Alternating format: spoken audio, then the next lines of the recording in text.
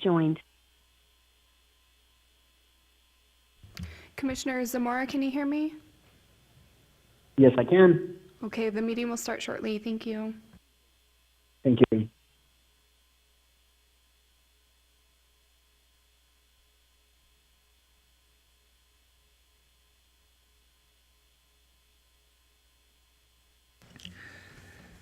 Hey, good afternoon. This is March 4th, the Parks and Recreation Advisory Commission meeting. I'd like to remind everyone that items listed on the agenda may be taken out of the order presented. 2 or more agenda items for consideration may be combined, and any item on the agenda may be removed or related discussion may be delayed at any time. Backup material for this agenda may be obtained by Lou Ann D. Holmes, City Clerk, at the Office of City Clerk, 495 South Main Street, 2nd floor, or on the city's webpage at lasvegasnevada.gov.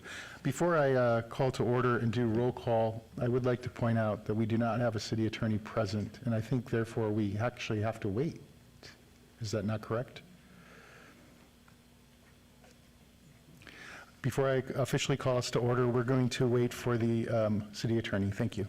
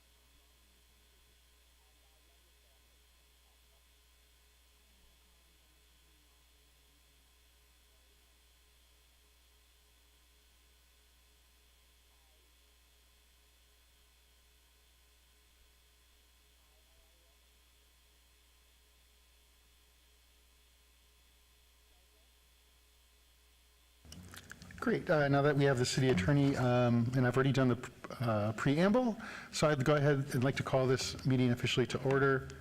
And roll call, please. Chair Becker, Here. Vice Chair Niger, Yep. Commissioner Sherman, Here. Commissioner Armenian, Commissioner Gabray, Present. Commissioner Howard, excused, Commissioner Keller, excused, Commissioner Martin, Here. Commissioner Zamora, Here. Commissioner Burgos, Here. Commissioner Cornwell, excused, Commissioner Robinson, Present. Commissioner Stitt, Here. Commissioner Vokitz. Present. You have a quorum.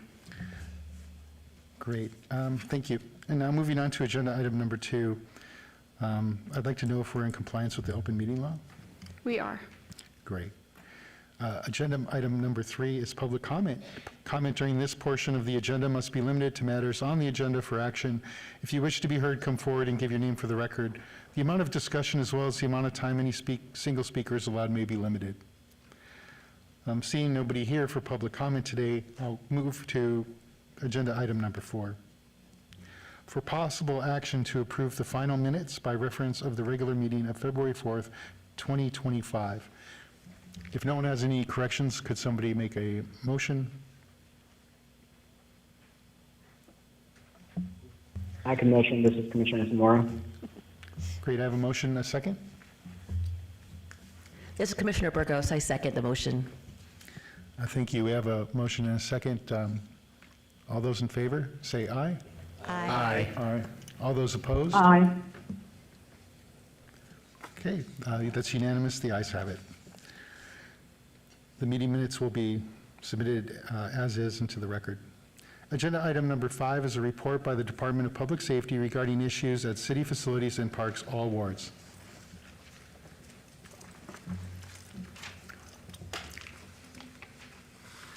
Hey, good to see you again, Deputy Marshal. Good afternoon, Lieutenant Cheryl Manning for the Deputy City Marshals.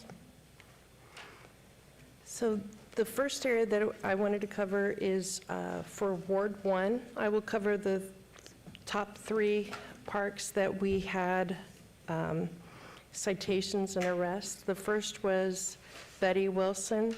We had 19 calls for service and 7 either citations or arrest. We had Bearden Park at 5 calls for service and 7 citations and arrest.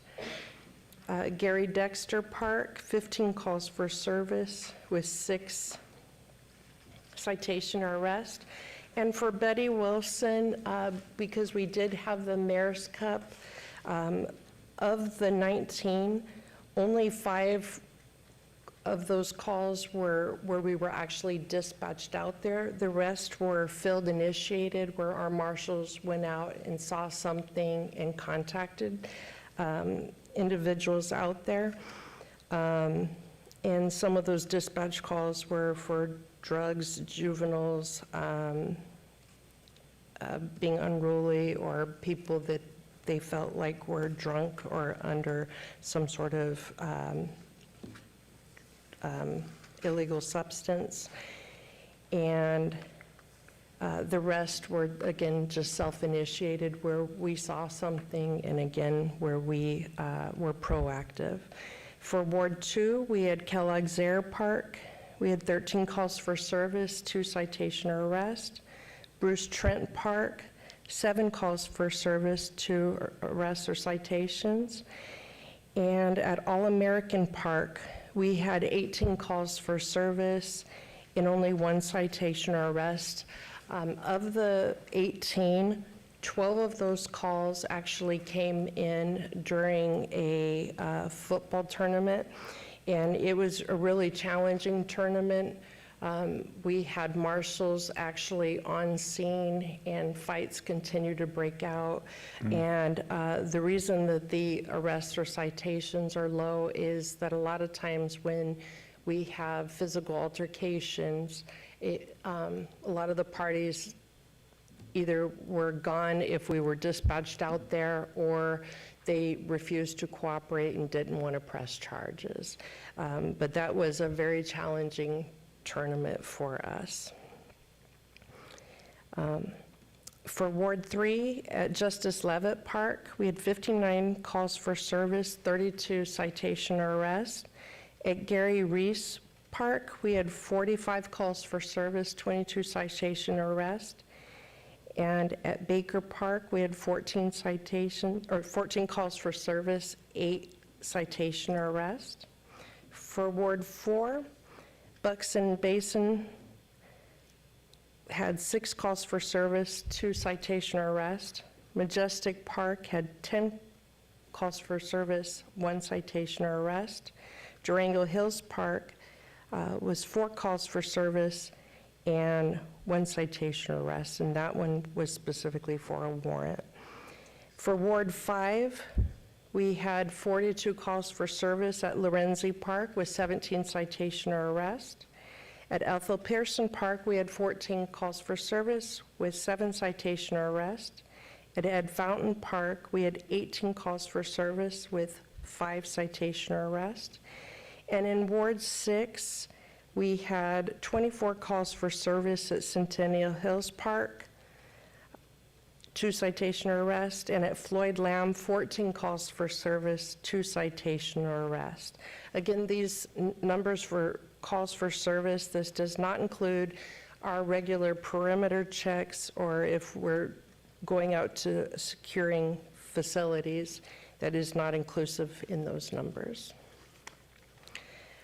The good news is, from last time, we only had 1 working trailer cam and 2 were inoperable. All 3 are back in service. During the month of February, we have one out at Betty Wilson Soccer Complex for the Mayor's Cup tournament. At Centennial Hills YMCA, we have one deployed there because of the recent response to multiple burglaries out there. And the third camera is right now deployed at City Parkway Garage to combat copper wire theft in the area. For the month of February, we did not have any COP events at any city park or facilities.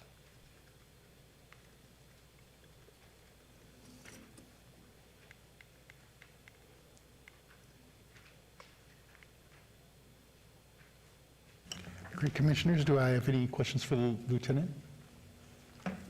Yes. Go ahead, Commissioner. Commissioner Vokes, Ward 1. I do want to thank you, first of all, for providing the definitions that's very helpful, okay? And that was a request from the last meeting we had. And also, I've noticed there's a trend where things are just higher than last year. Do you think it's because there's more people using parks, or are people a little more crazy, or is there some reason for that? As far as like our citations and arrests and contact, I can tell you that a lot of our numbers have gone up as far as contacts, because we're using the hotspot policing, where we look at trends every month and we see where are we getting our most calls for service, and then we strategically are ensuring that our marshals are at those parks that are having a lot of issues. So we put out a daily roster, and every month it gets updated. So if we see more calls for service at a park that wasn't in our hotspots, then we would add that, and then we ensure that our officers are out there enforcing and also doing property checks so that they're visibly seen. And so because of that, where we have been focusing specifically on where we're having issues and we're being dispatched out there, or we're self-initiating and being out there, it has actually probably increased the amount of citations and arrests. But I can tell you that a sergeant reached out to me just last week, and he had a completed sweep. So some of the specific parks that are some of our hot spots, for example, Lorenzi was the one that he brought to my attention. So he basically had a group of officers. They all went and to the park, and they started going out and enforcing, but they strategically went out multiple officers so that they could capture any bad actors. And when he went to Lorenzi, he was actually pleasantly surprised, because he said, I couldn't find anything. But I think that that just goes to show, because I know my graveyard officers, I'm responsible for swings and graveyard, I know that they're constantly contacting people after hours at Lorenzi, at Levitt, at Doolittle, or, I'm sorry, I know that they renamed it.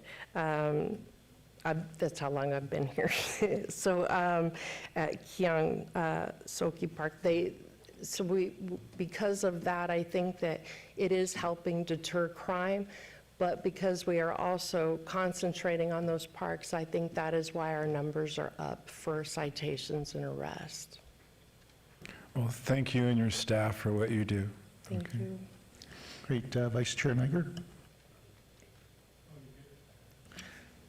Great, oh, go ahead, Commissioner. Hi, Commissioner Cornwell. I have a couple questions. Yes. Is there a way to put on this list how many times you unlocked the Las Vegas Healing Garden? Because it was not unlocked. I apologize. Can you repeat the question? So whenever I go to the Healing Garden and it's not unlocked, I call the marshals to have them unlock it. Is there a way to put that on this list? Like how many times we're getting dispatched? How many times you're getting dispatched out there to unlock the gate? And then the other question is if the marshals drive by there and it's between the hours of 7 and 11, do they unlock the gate and go in and do a check, or do they just drive around it? Not that that's a bad thing, I'm just saying, do they do that? Because I was there twice this last month, at one time 10 o'clock in the morning, and one time 1 o'clock in the afternoon, and the gate was not unlocked, neither one of them. So I'd have to get back to you on whether or not they're going around it, but I can ask for that to find Okay. out how many times they're dispatched out Right. to open that Okay, gate. that would be great. It's just, the city's paying somebody to unlock them and lock them, and if they're not doing it, we need to find somebody that's going to. Yeah, absolutely. Okay, Thank you. thank you. Lieutenant, I also want to thank you for breaking it out. It's nice to see, we can see some kind of a distinction between the park violations and lodging without consent, and I think that really kind of opens our eyes on what's going on at the parks. So thank you so much for doing that. And thanks again for these wonderful reports that you gave. You're doing an excellent job. Well, thank you. Thank you so much. I'd like to move on to agenda item number 6, which is a report by Steve Glenn, Parks and Grounds Maintenance Manager, regarding park maintenance updates, all wards. Hey, good afternoon. Steve Glimp, Manager of Parks and Grounds Maintenance. Just a brief update on what we've been doing out in the parks. Ward 1, we just refurbished a splash pad at Rainbow Family Park, repaired some of the concrete and repainted it, and actually replaced some of the pump fittings. Angel Park, we just added a fitness court station along the walking trail in Ward 2. Ward 3, we installed a new wrought iron fence on the south perimeter of Baker Park. It was a chain link fence, and it was getting cut almost weekly for the illegal access into the park, so had to remedy that. Ward 4, we rehabbed the horseshoe pits at Wayne Bunker. Ward 5, we just resurfaced the shack courts with a kind of a higher end court surfacing. It's actually slightly resilient. And then in Ward 6 at Gilcrease Brothers Park, I actually had to ask what this was because I had no idea. A gaga ball pit. It's something along the lines of like just you keep one hand on the fence, somebody throws the ball in the pit, and then everybody goes for it and tries to knock each other out. That's about all I know about it. But the feedback I'm getting from staff out there at the park is that the kids are actually really using it and enjoying it, so good on them. Then I just wanted to update you on our spring tree planting events with Get Outdoors Nevada. We just had one this past weekend at Stewart Place Park in Ward 3. I was out there for it. There was about 30 volunteers, and they got about 15 trees in the ground. And then the next 3, March 8 at Mirabelli Community Center, April 5th at Centennial Hills Park, and April 22nd at Firefighters Memorial Park. Those are all 9 to 11 a.m., and each one of those will be planting 15 trees at each location. And then, of course, we have Arbor Day coming up, April 26th, 9 a.m. to 11 a.m. At Children's Memorial Park in Ward 5. I encourage you all to come out and check them out. They're really fun events. And along those same lines, not in April, but in May, I'm going to have Brad Dassler, our urban forester, come out and give you guys kind of an update on the tree planting season, what he's been doing since you guys last saw him. And then in September, I'll have Travis Rich out to kind of give you a breakdown of what our trades team does just on the daily, not just the installing gaga ball pits and such. So if you guys have any questions, I'd be happy to answer them. Commissioner Burgess? Thank you.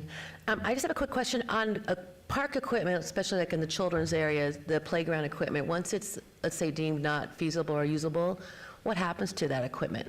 I had a couple of people in my neighborhood ask that. In the past, we have done a few playground renovations where we actually dismantled the playgrounds and donated them to charity organizations that reassemble them in other places of the world. For the most part, you know, they get trashed. They're usually past the point of being useful or repairable by the time we're replacing it, so yeah. Okay, thank you. Commissioner Martin? Russ Martin, Ward 2. First of all, Steve, thank you for getting the water fountains fixed at the Kellogg's Air Dog Park. Appreciate that. I noticed the playground renovation at Kellogg's Air looks like it's pretty close to complete. Yep. I'm wondering if you're planning to put some sort of a mat on top of that concrete where all that playground equipment is. I'm sorry. So there's safety surface within the fall zones of the playground equipment. The concrete you're seeing is where we've done a cost-saving measure where we kind of like shrink that, shrink the use of unnecessary safety surface down and pour the concrete, so. Okay, I just know that prior to the renovation, it was dirt, and, now it's all concrete.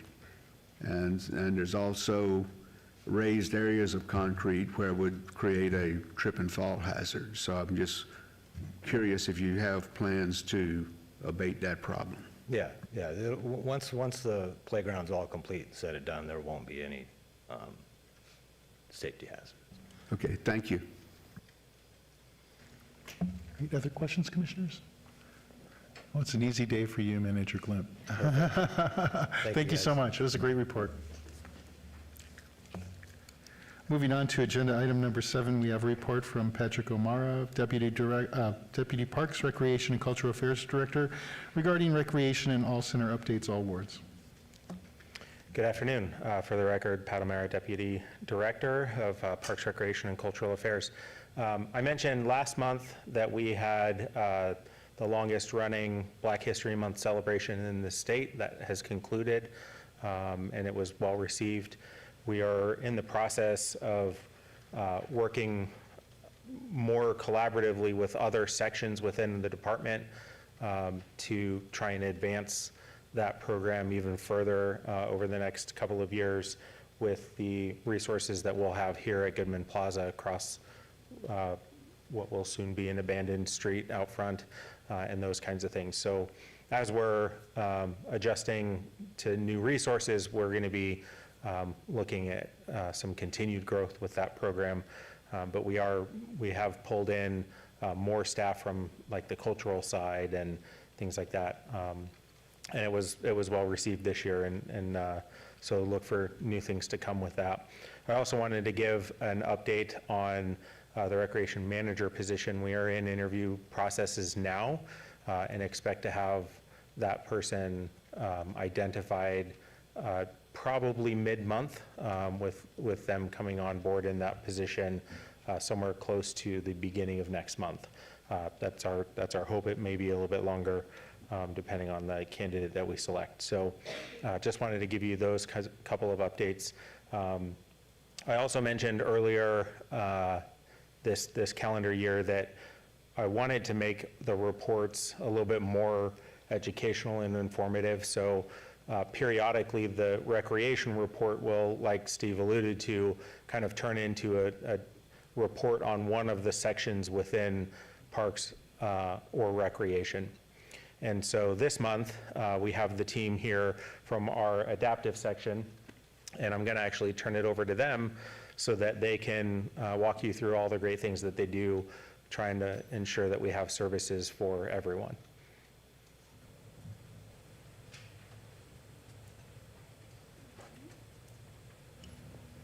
You're welcome. Thank you for having us. For the record, my name is Andrea Anzalone, and I'm the coordinator for Adaptive Recreation. I'm Jennifer Winder. I'm a senior inclusion recreation leader with Adaptive Recreation as well. This one on. My name is Devontae Manor. I'm the supervisor over the work unit.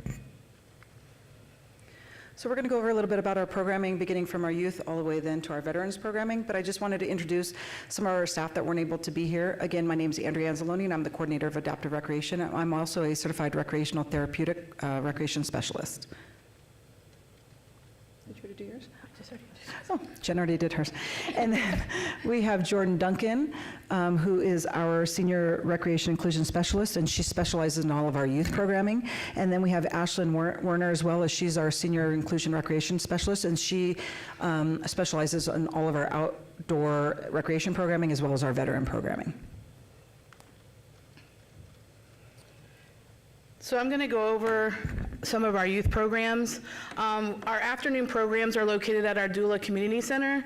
After school, the kids come to us and we start their day with a mind flow class, which is like a meditation to kind of calm them down after school and give them time to, relax a little bit before we get into programming. And then each day we do a different activity, whether it's crazy art, community leisure education, fitness, or esports. Which way? This one? Nope, wrong one. We also have a Stepping Stone program. That's a community reintegration program for our youth to get them out in the community to do different activities to create independence, social interactions. The trips are once a month right now. We're helping increase their social skills, and some of the activities that we do are shopping, bowling, holiday events, parades, and different shows. Our youth camp program opportunities, we do summer camps. We also have our spring break camp, our winter camp, and we also host the No School Fun Days at Doula Community Center, which is also an inclusive camp that we offer for anybody that wants to join us. Jordan's favorite program is her drama club. She started this back in her internship. She was my intern back in 2016. She actually started this program. It's for ages 12 and older. She does have individuals that come in.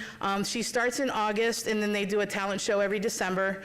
And then the group continues on for the winter and spring, and they do a production every year at the historic 5th Street School. So that group has grown in size, and it's also available for people of all abilities. Our adult programs, which are the programs that I run, we have our New Age program, which is a daily program Monday through Thursday. 2 days out of the week, Monday and Wednesday, we're at our Centennial Hills Active Adult Center and YMCA. We do different activities there, like our cardio drumming. We do arts and crafts. We use the gym. We also use their pool for swimming in the afternoons. Tuesdays and Thursdays, we're also located at the Santa Fe Bowling Alley. We utilize their facility in the morning and the afternoon for our bowling activities with our group. Our Leisure Connection program is very similar to the Stepping Stones with the youth. We go out in the community. With this program, with the adults, we're trying to really create independence. Our success stories are the ones that come back and let us know that they were able to go on trips by themselves or with parent close supervision, but that they're able to feel independent and confident enough to go out in the community by themselves. Camp Cal is a camp that we do in California every year. Last year was our first year back since COVID. We actually go to Calabasas for 5 days. We leave on a Monday, come back on a Friday. We travel with 44 participants as well as 11 staff. We are able to rent a campsite from the Salvation Army that allows us to go out there and create activities for everybody to help them with their daily living skills. We help with just social skills, independent skills away from home. The parents really appreciate this week. It gives them a week, which sometimes is the only week that they have away from their children, to have their own vacations. So. And how long we've been doing that? I've been doing it for 25 years. How long has it been doing? Yeah, it's been about 30 years for that adult camp, so. Yeah. I wanted to include a new program that we created called the Review Crew. This one is once a month and is for 18 and older. We wanted the adults to feel part of the social media trend. So we take a van out once a month, we go out to lunch, we support a locally owned restaurant, and then we interview them, we ask them how the food was, how the service was, and then they're able to post it to their social media and feel part of the trend of social media. They really love that one. And then Andrea. And then I'll hit on the programming that Ashlyn oversees. So we have an adaptive cycling program. So years ago, we were able to obtain 13 to 15 adaptive cycles that we were able to provide inclusive cycling out at Wayne Bunker Park. And then it's now turned into some veteran programming as well.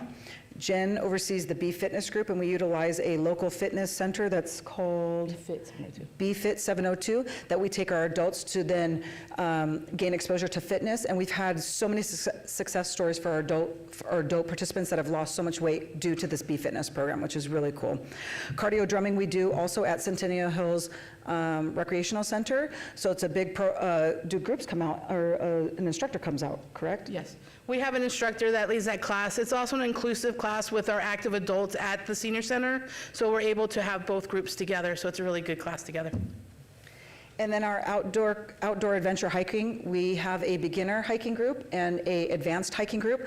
So during the spring, summer, fall, we do hiking.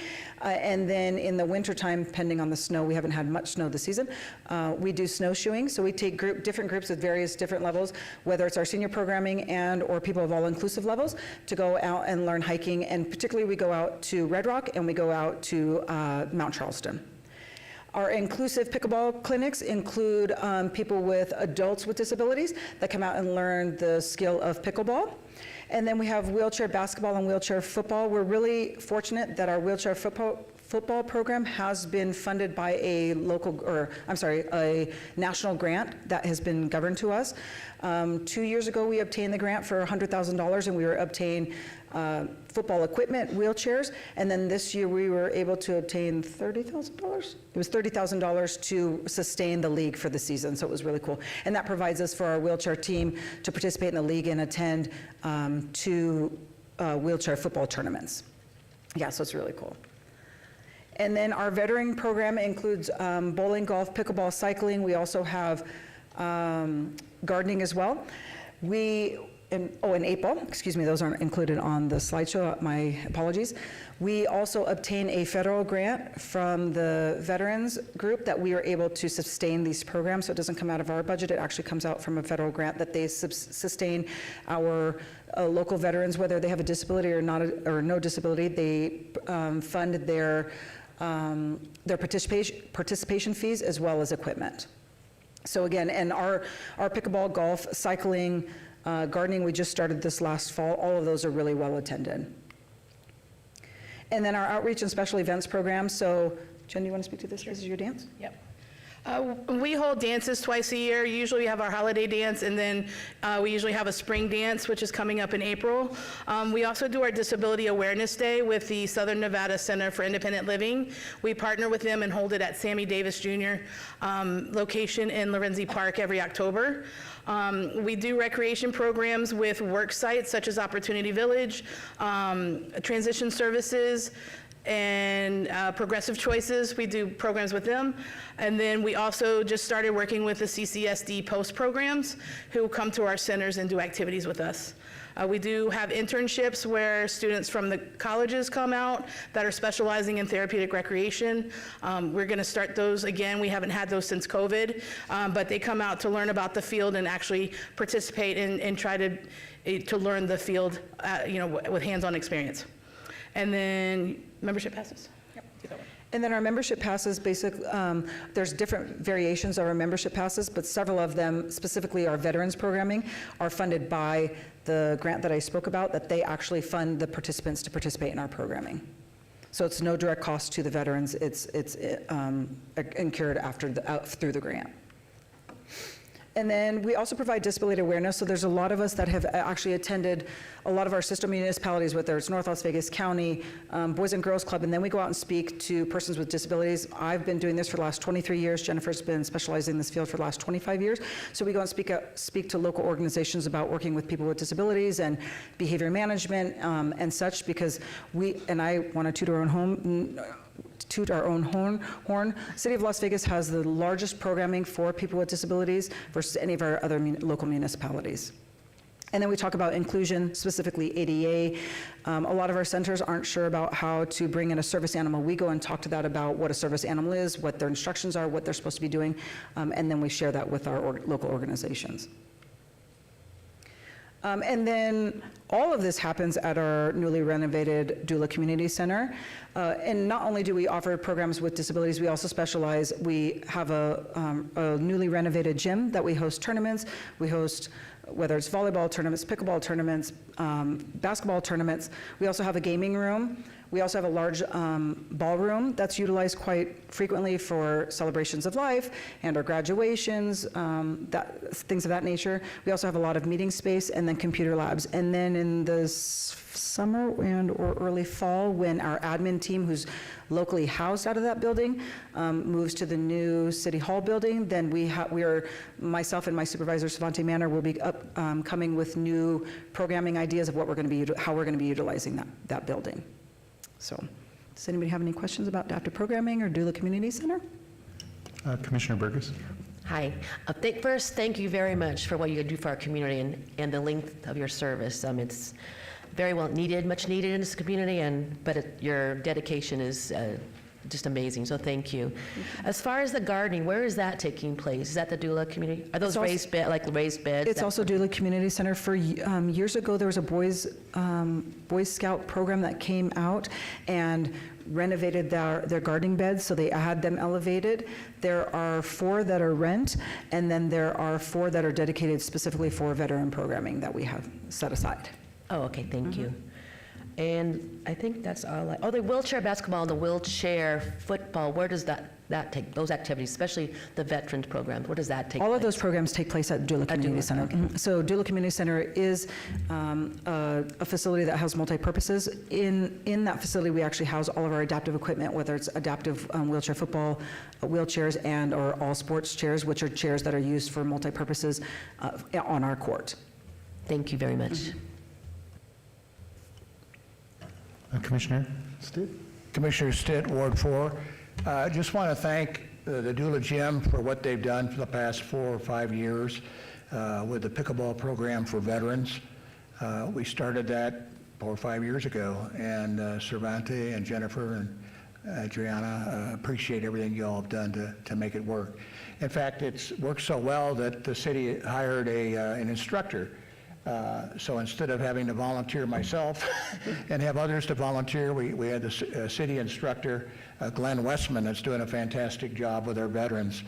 The only thing that is lacking from my point of view is that we need to get some more advertising and get the word out to the veterans. And I'm working on that, and like to work with you all too to get another flyer out or get another blitz because we have a lot of veterans here in Las Vegas. But thank you so much for what all you've done and contributed. Thank you. Thank you. Thank you. Good. Yes, go ahead. Commissioner Hi, Cornwell. Commissioner Cornwell. Thank you. I didn't realize all these programs were in existence, so thank you very much for enlightening us with that. I have a couple questions. Where do people go if they want to volunteer? Do they just come to the Dula Center and... They would come to the Dula Center and then inquire, and we have to follow obviously City of Las Vegas policy and procedures in which they'd have to fill out a volunteer form, and then we'd have to send that to HR, and then HR contacts that person, and then they would have to still go through our background check, drug tests, things of that nature. Okay, and then my other question is, if people want to donate funds specifically to you, do you guys have a QR code, or is there how do they find that? We still have to follow city policy and procedures as far as donations that are concerned. There's a specific dollar amount that we can accept, and there's a form that we are required to fill out. If it's over a certain dollar amount, then it actually has to go to council to get approved, and that would go through my direct supervisor and then our city management for approval. Okay, thank you. But we appreciate it. Thank you. Seeing no other questions, hey, thank you for coming in. It was very enlightening. I learned a lot, and just an excellent presentation. So thank you guys very much. Thank you. Wonderful. Thank you. Were you going to wrap it up, or you're good? Okay. Actually, I did have a question for you, Deputy Director.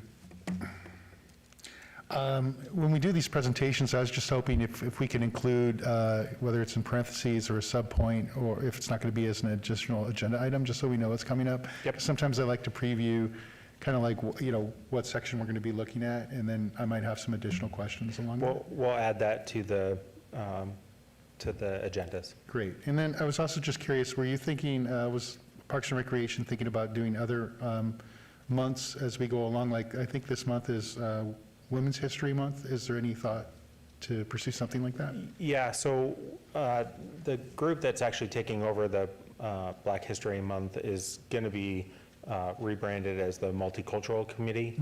And so there are other events that we already host that are, that align well with that.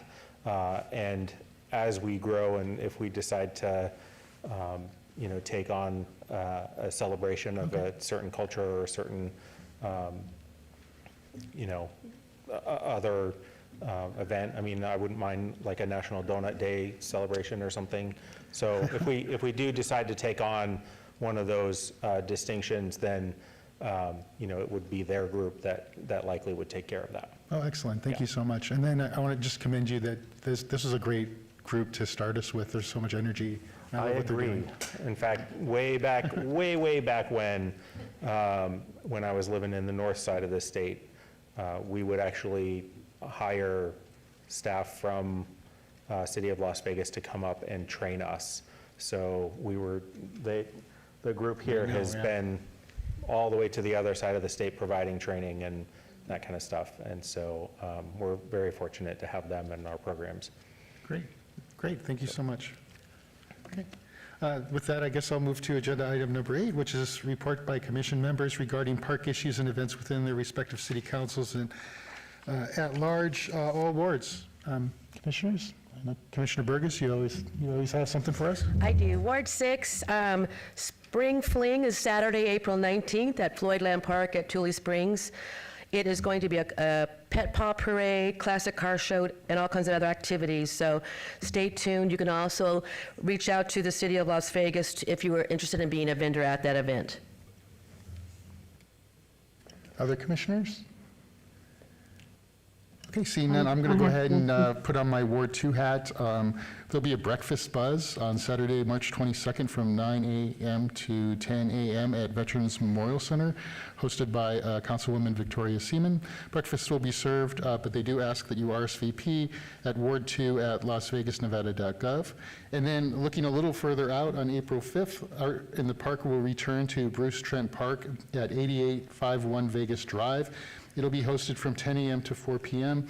I just submitted my application today, so I'll be doing a book signing and also have some of my daughter's artwork out there if you guys want to drop by at a tent and say hi, assuming I'm approved, which I generally don't have a problem with being approved, so hopefully we'll see that. So thank you for that. And then, did you want to add something, Commissioner Sherman? I was thinking about that. So that's what I have, so I'd like to go ahead and have Commissioner Sherman mention a couple things. All right. Thank you, Chair Becker. I just wanted to mention to our commission here that I was appointed in April of 1992, and that was when Mayor Jan Jones was in office, now known as Jan Jones Blackhurst. And then I was appointed in 1999 by Mayor Oscar Goodman and 2011 by Carolyn Goodman as a mayoral appointment. And it has been my privilege and honor to serve under these three fantastic community leaders.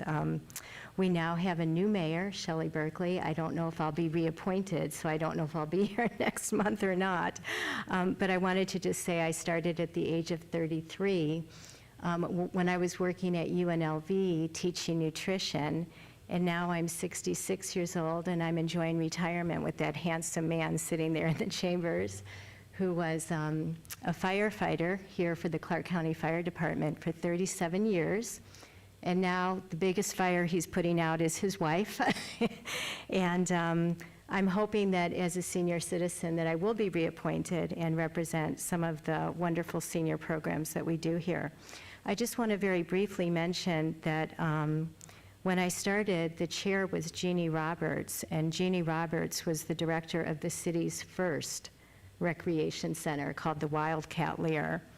And she was also the founder of the Las Vegas Civic Ballet.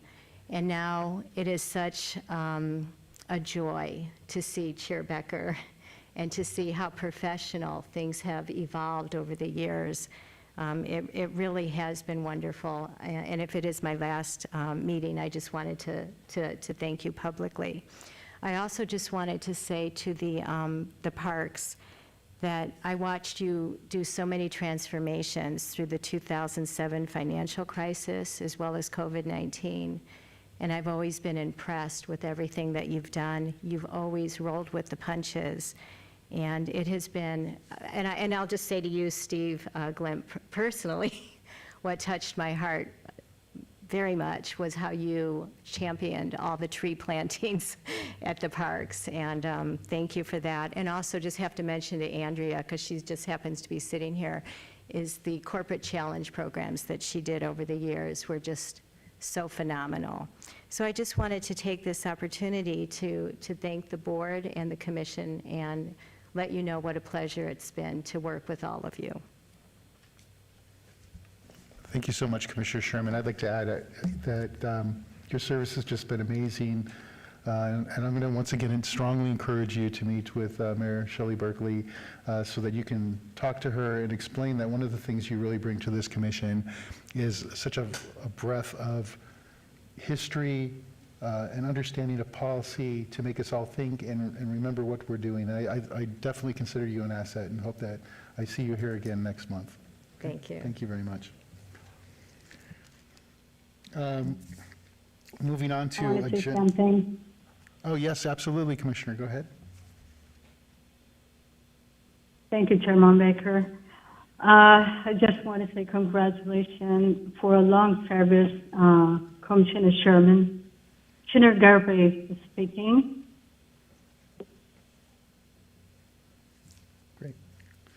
Great. Great, thank you so much. So moving on I to... just want to continue what I left off. I wasn't attending February meeting, but however, I reviewed the backup documentation. I noticed that Deputy Director Omar mentioned about Mayor Berkeley and the new commissioner, City Councilor Summer Armstrong. I just want to wish them the best of luck and congratulations. And also, I received a call from Councilwoman Summer Armstrong, and she asked a lot of questions about our what we do, all the commissioners, and I told her my position, I'll be our park ambassador, and I engage with people and all these things. So I was hoping one day she will tour the park with me like we did in the past with the previous city councilmen, both of them. And I just have a question for Deputy Director O'Mara. Is that up to you to schedule the tour, or it's up to the city councilwoman?